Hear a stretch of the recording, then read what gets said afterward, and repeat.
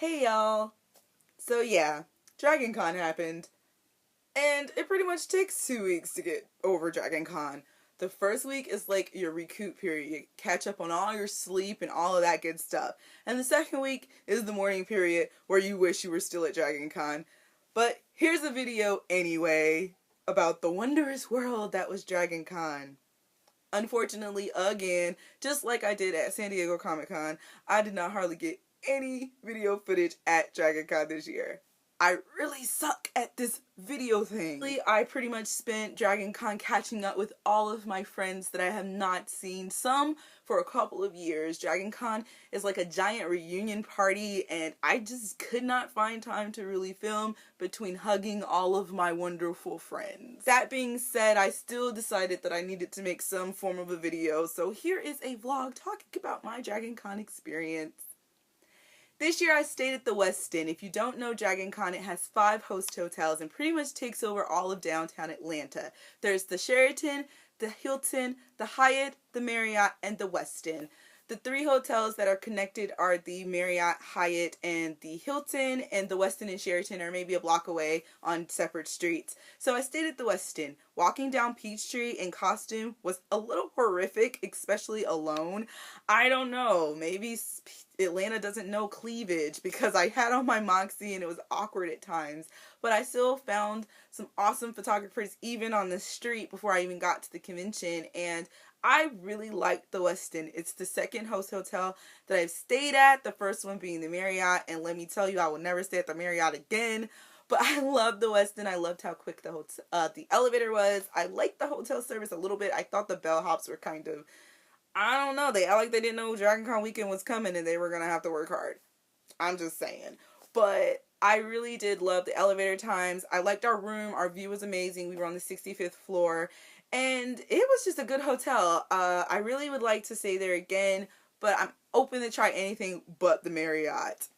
I wore 2 costumes, Moxie, which I already mentioned, and Black Widow for a very short period of time. Like I said, I was just really trying to hug my friends, so I didn't really care about cosplay or anything else besides my friends and checking out a little bit of DragonCon. I did manage to check out 2 panels, I think. I checked out the Doctor Who panel. I think it was the 50 years of Doctor Who.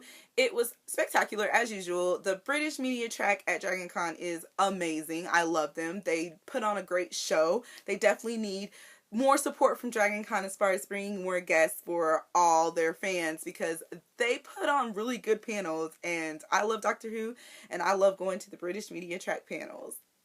The other panel I attended was the Saints Row 4 panel, and the creative director, I think it was the creative director, was there, and it was a fun panel. And let me tell you, this is my first year checking out the gaming track at DragonCon, and that's surprising because I am a gamer, and I just brought Saints Row 4. Actually, my boyfriend got it for me for my birthday, so I got it a little bit before I went to DragonCon, so I decided to just check out the panel, and it was surprisingly amazing. Unfortunately, the Bioshock Infinite panel had been canceled, so I didn't have very high hopes for the Saints Row 4 panel, but it ended up being a pretty darn good panel. I do wish that the gaming track had a lot more to offer. I think that in future years it will grow. It's kind of hard going up against PAX Prime. It's the same weekend. It's the gaming-centered convention. I feel like DragonCon, is not a video gaming convention at all, so I like what they put on. I love the panels, I love all of that, and I just wish that we got a little bit more gaming at DragonCon. But yeah, I understand it's hard going up against PAX, of course, but let's bring a little bit more gaming. I think that we can do it. I honestly might join the staff just because I want to see it grow and be a contender to PAX if it can. I don't know if that's possible, but we can try. I believe in you, DragonCon video game track. I believe in you. The cosplay was amazing as usual at DragonCon. The people bring their A game even into the wee hours of the morning. But can we talk about how crowded it got sometimes? Like, I had to wait in line to get into the atrium level, which is the topmost topmost level of the Marriott as far as not rooms, but it's I had to wait in line to get into it. It got really crowded at certain points during the weekend. I don't know if that means an attendance cap is going to happen. I really hope not, because I feel like that's what makes DragonCon so different from a lot of other cons. You don't have to really rush to get registered. And I honestly did walkout registration this year, and it was really, really quick. But the pre-reg line was around the corner. I really don't know what this means for next year's DragonCon or DragonCons in the future, because it really got fire marshal level crowded sometimes during that weekend, and it honestly made some of it unbearable.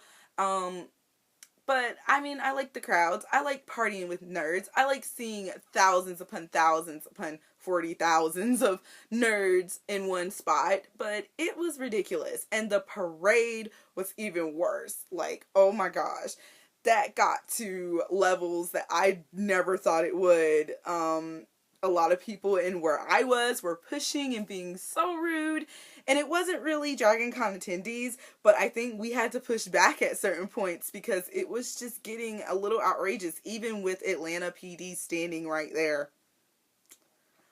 But overall, DragonCon was super fun as usual. I love seeing my friends. This is my favorite convention. I think I made the right decision by choosing to go to DragonCon again. I know that every year I'm forced to make this decision between DragonCon and PAX Prime, and I don't like making that decision because it's like choosing between your children almost. But DragonCon always wins out because it's probably one of the few conventions where I can see a lot of my friends, and that makes a huge difference for me. I want to see these people. I've known them since I started cosplaying and going to conventions, and I like seeing them, and they don't really go to the PAXs or the gaming events of the world, so I have to make a sacrifice to go to the cons that they go to so that I can see my friends at events and hang out and party like we do at DragonCon.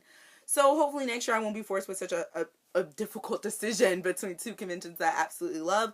But I think DragonCon will always win out because it's just like home. It's like going home every year to this convention that is just really amazing, with a lot of amazing fans, a lot of panels, great staff, and just partying and so much fun and tomfoolery. I absolutely just love this convention. I wish I didn't have to choose between it and PAX, but I think it will always win. I don't think PAX would ever win when it came to this war of Labor Day cons. But like I didn't take much footage, but I do have some Vines and Instagrams that I took that are bad quality, but I will attach them at the end of this video just so I guess you can see a little bit of DragonCon. It's not that much of DragonCon, to be honest. I did not take many videos at all, but you will get to see how crowded it was.